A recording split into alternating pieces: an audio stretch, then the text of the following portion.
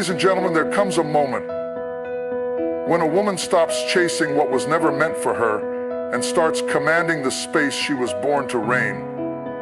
This isn't about ego, it's about essence. A queen doesn't pursue, she stands. Not because she's passive, but because she knows her power isn't proven by movement, but by presence.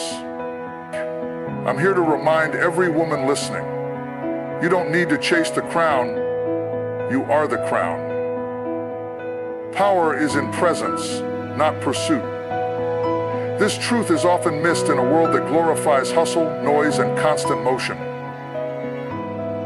We are conditioned to believe that to be powerful, we must chase opportunities, run after approval, and pursue positions. But real power, the kind that turns heads without saying a word, isn't found in the chase. It's rooted in presence. A queen doesn't need to storm the castle. Her presence alone makes the gates open.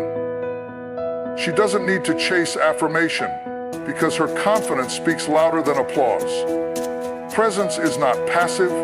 It is not standing still in weakness or in waiting for rescue. Presence is standing rooted in identity. It is knowing who you are so deeply that you no longer feel the need to explain yourself. It's when your silence speaks louder than someone else's shouting, that when you open your mouth, presence is when you walk into a room and shift the atmosphere, not by demanding it, but by embodying it.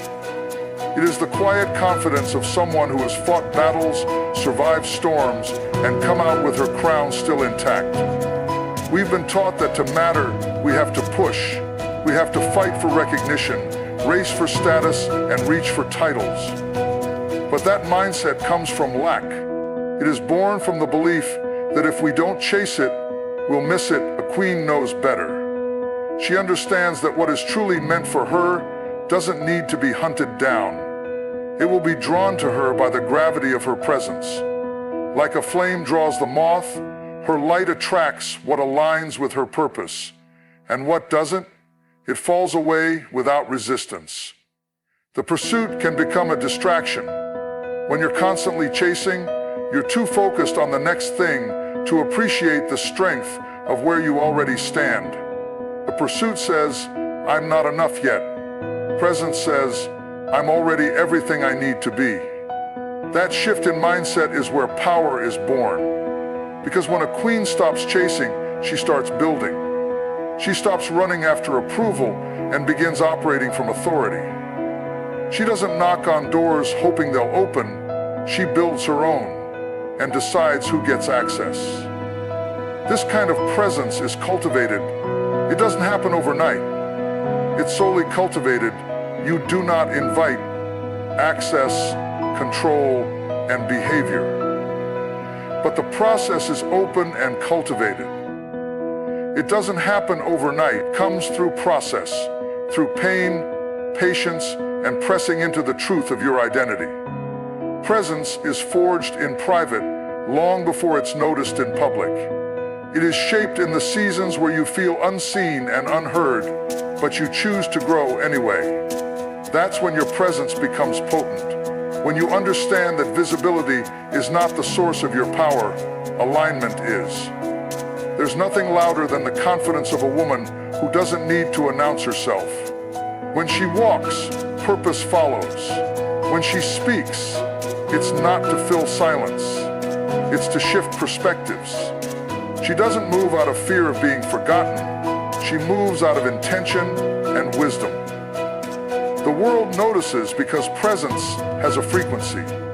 It resonates beyond appearance, beyond titles, beyond applause. It commands respect, not by force, but by truth. And in a culture of constant motion, presence is rebellion. It says, I am enough. I don't chase, I choose. Stillness is a strategy, not a weakness. In a world addicted to movement, noise, and non-stop hustle, stillness can be misunderstood. People assume if you're not constantly grinding, posting, showing, proving, or chasing, then you must be falling behind. But what they don't realize is that stillness isn't silence, it's strength. It's not absence of action, it's the presence of awareness. It's strength. It's not absence of action, it's the presence of awareness. When a queen chooses stillness, she isn't quitting, she's calculating. She's watching, listening, learning. She's aligning her spirit before she moves her steps. Stillness is where clarity lives. Decisions made in panic often lead to regret. But stillness? It creates space between impulse and intention. It's the pause before the power move, while others are running in circles, trying to be seen, trying to be first, trying to be loud. A queen in stillness is preserving her energy for the moment that actually matters. She knows she doesn't have to chase timing. She only needs to be in position when purpose arrives. It takes more strength to be still than to run. Movement can be a mask. It's easy to stay busy and pretend it's progress. But busyness without alignment is just exhaustion dressed up as ambition. Stillness exposes the truth. It reveals what's real and what's noise. That's why it makes people uncomfortable. Because when you stop moving, you start noticing. And sometimes we don't want to see what's really there. The fear, the insecurity, the lack of direction. But the queen embraces that. She uses stillness to confront, to correct, to center herself. Because she knows power isn't about pretending. It's about being rooted in reality. Stillness is strategic. It disrupts the patterns of those who underestimate you. When they expect you to react and you don't, when they try to provoke you and you stay grounded, you shift the power dynamic. They don't know what to do with someone who isn't emotionally predictable. Stillness disarms opposition because it denies them the response they expect. It gives you control. It says, I choose when and how I engage. That's power. Not just having a voice, but knowing when to use it. This strategy of stillness isn't inaction. It's preparation. It's sharpening your vision while the world rushes by. It's the quiet study before the loud victory. And when the moment comes to act, the queen who has been still moves with precision. No wasted steps. No second guessing. So Dan, I'd like to ask you to give just purpose. Royalty recognizes worth without validation. It doesn't wait for applause to feel accomplished, nor depend on outside approval to feel valuable. A queen does not stand taller because someone tells her she's regal. She stands tall because she knows she was born to. Her value is not tied to confirmation from the crowd. She doesn't look to be chosen because she already knows she was set apart. This kind of self-awareness isn't arrogance, it's identity. It's a deep-rooted truth that doesn't need to be shouted to be real. We live in a culture obsessed with validation, likes, shares, praise, applause, and acknowledgement. The world trains us to seek approval before we believe in ourselves. But royalty doesn't function that way. A queen doesn't ask, do you see me? She declares, I see myself. Because when you truly recognize your worth, you stop negotiating it. You stop discounting it for people who can't afford it. You stop performing to prove it. You carry yourself with the quiet authority of someone who knows she belongs. There's a difference between confidence and dependency. Validation from others is fleeting, conditional, and often inconsistent. One day they love you, the next day they forget you. Royalty is unmoved by that. She doesn't rise and fall with public opinion. She doesn't crumble when overlooked, nor does she inflate when celebrated. Her worth isn't built on the unstable opinions of others. It's anchored in something unshakable. When she walks, she doesn't need permission. When she speaks, she doesn't need confirmation. Her identity gives her authority. Recognition is not the same as revelation. Some people will never recognize your worth because they haven't discovered their own. That's why waiting on validation can become a trap. It ties your confidence to someone else's broken lens. But a queen has already had the revelation. She knows who she is before the room claps, before the door opens, before the title is given. Her royalty isn't announced, it's embodied. You feel it when she walks in, not because she's trying to be seen, but because she knows she carries something valuable within. When you understand your worth, you become more selective. You stop over-explaining, over-giving, and overextending. You start guarding your peace, your presence, your power. Not everyone gets access, and not every situation deserves your energy. That's not pride, that's stewardship. A queen doesn't beg to be chosen, she chooses. She doesn't chase favor, she cultivates it. And she doesn't tolerate dishonor just to stay in a room. She knows she is the room. Royalty isn't loud. It doesn't have to be. It carries a quiet confidence that whispers, I know who I am. That kind of knowing changes how you move. It changes how you love, how you work, how you wait. It frees you from comparison and competition. When you recognize your worth, you stop measuring it against others. You realize that no one else's shine can dull your crown. Their elevation isn't your threat. Their success doesn't make you smaller. A queen is too focused on her purpose to be distracted by envy. Validation can't give you what identity already secured. And that's the difference. When your confidence is rooted in validation, you'll always need more to feel enough. But when it's rooted in identity, you can be surrounded by silence and still feel worthy. That's the kind of power royalty walks in. That's the kind of peace a queen carries. Whether you see her or not, she remains who she is. Whether you applaud or ignore, she still reigns. Because her worth was never up for debate, it was settled long before the world had a chance to weigh in. Divine timing outranks desperate chasing. There's a sacred rhythm to life that can't be manipulated by urgency or forced by fear. We live in a culture obsessed with immediacy, instant success, instant relationships, instant answers. But what is divine is rarely instant. It unfolds slowly, intentionally, and beautifully in ways we often can't predict. There's a difference between chasing something because you think you need it now and receiving something because you're truly ready. One comes from anxiety, the other from alignment. And alignment always wins in the long run. Desperation clouds vision.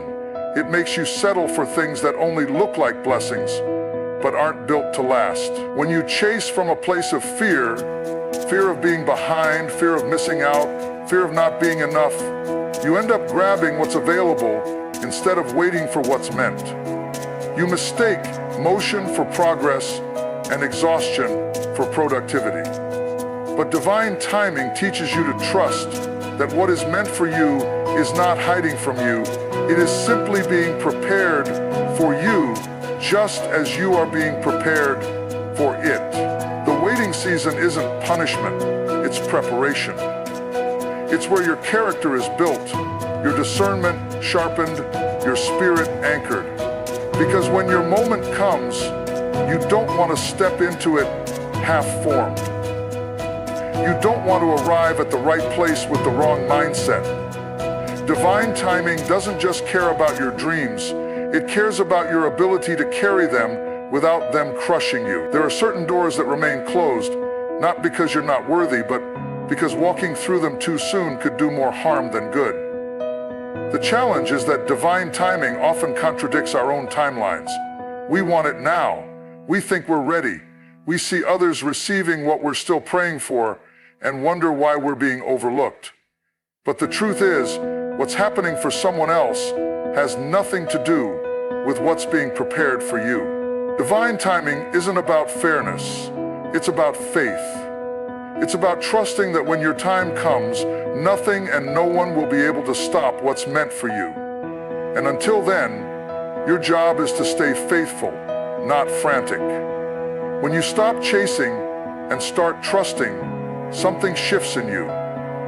You begin to realize that peace is more powerful than pressure. You stop running after things that require you to beg for a seat at a table when you were born to build your own. You stop negotiating your worth in spaces that were never designed for your growth. Instead, you plant yourself where purpose leads, and you allow divine timing to bring the increase. This isn't to say you don't act. Trusting divine timing doesn't mean passivity. It means preparation with purpose. It means staying ready so you don't have to get ready. It means working on your gifts, strengthening your character, tending to your spirit, and refining your vision. It means walking with intention while surrendering the outcome. It's not about sitting still. It's about moving in step with something greater than yourself.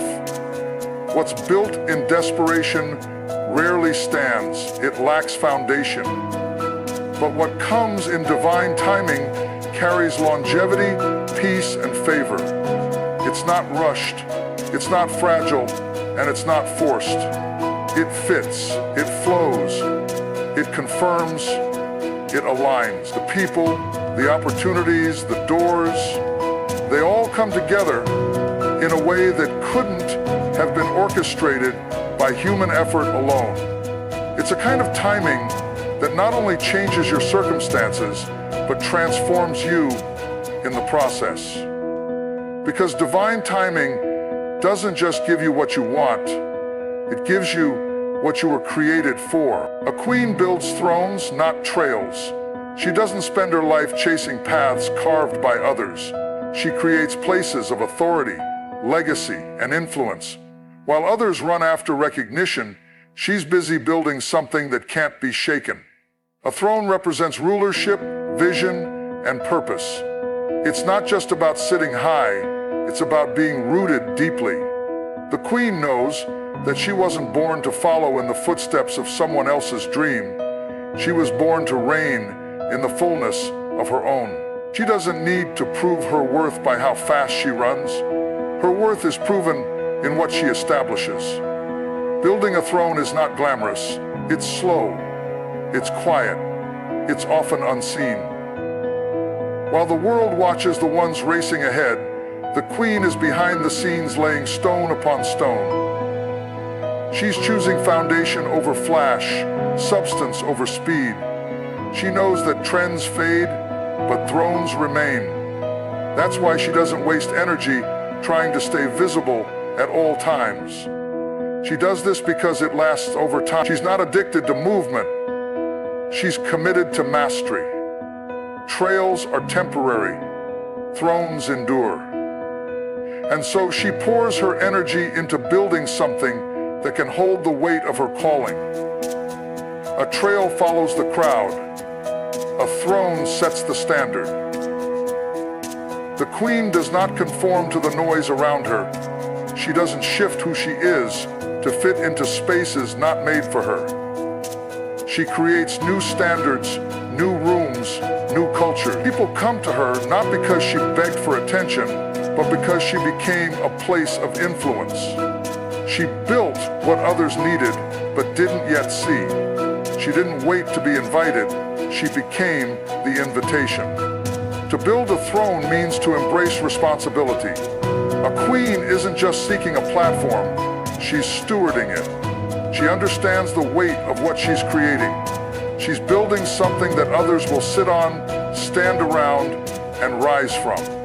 Her throne is not about ego, it's about impact. It's about raising up others, not just elevating herself. She isn't satisfied with being impressive, she's determined to be effective. So she builds with intention, integrity, and vision. Trails ask you to keep moving, thrones require you to stay rooted. There's a kind of power in stillness, in choosing to dig deep rather than drift wide. A queen doesn't run from discomfort, she faces it. She lets the pressure form her. She lets the silence strengthen her. She uses every challenge as a brick in the structure of her throne. Where others see delay, she sees development. She doesn't need constant validation because she knows that what she's building is not just for the now, it's for generations to come. A throne isn't about being seen, it's about being solid. It's about building a life, a voice, a vision that others can trust. The queen understands that while trails may show where people have gone, thrones show where people can rise. She doesn't follow the blueprint, she is the blueprint. She doesn't just dream, she establishes. She doesn't just talk, she builds. Quietly, consistently, boldly. And while others may race ahead chasing trends, the queen stays rooted in her purpose. She builds with legacy in mind. She thinks beyond applause. She designs beyond popularity. She creates from a place of authority, not insecurity. Because she's not interested in temporary recognition, she's here for lasting influence. So she builds, even when it's hard, even when no one sees, even when others misunderstand. She builds not to impress, but to empower. She builds not to chase a crown, but to honor the one she already wears. Because a queen doesn't just walk past, she defines them. She defines them. She doesn't just make history, she builds places where others can rise, reign, and repeat the legacy she started. Identity leads, status follows. The world teaches us to chase titles, positions, and outward symbols of success. It tells us that if we can achieve enough, gain enough followers, or earn enough accolades, we will finally feel complete. But real authority doesn't come from what you've acquired, it comes from who you are. When you're rooted in identity, you don't need status to validate your power. You carry it in how you speak, how you move, how you show up, even when no one is watching. Because true status isn't given, it's attracted to the clarity of identity. There's a difference between performing for recognition and living from revelation. When your identity leads, everything you do flows from a deep internal knowing. You're not operating out of insecurity trying to prove you belong.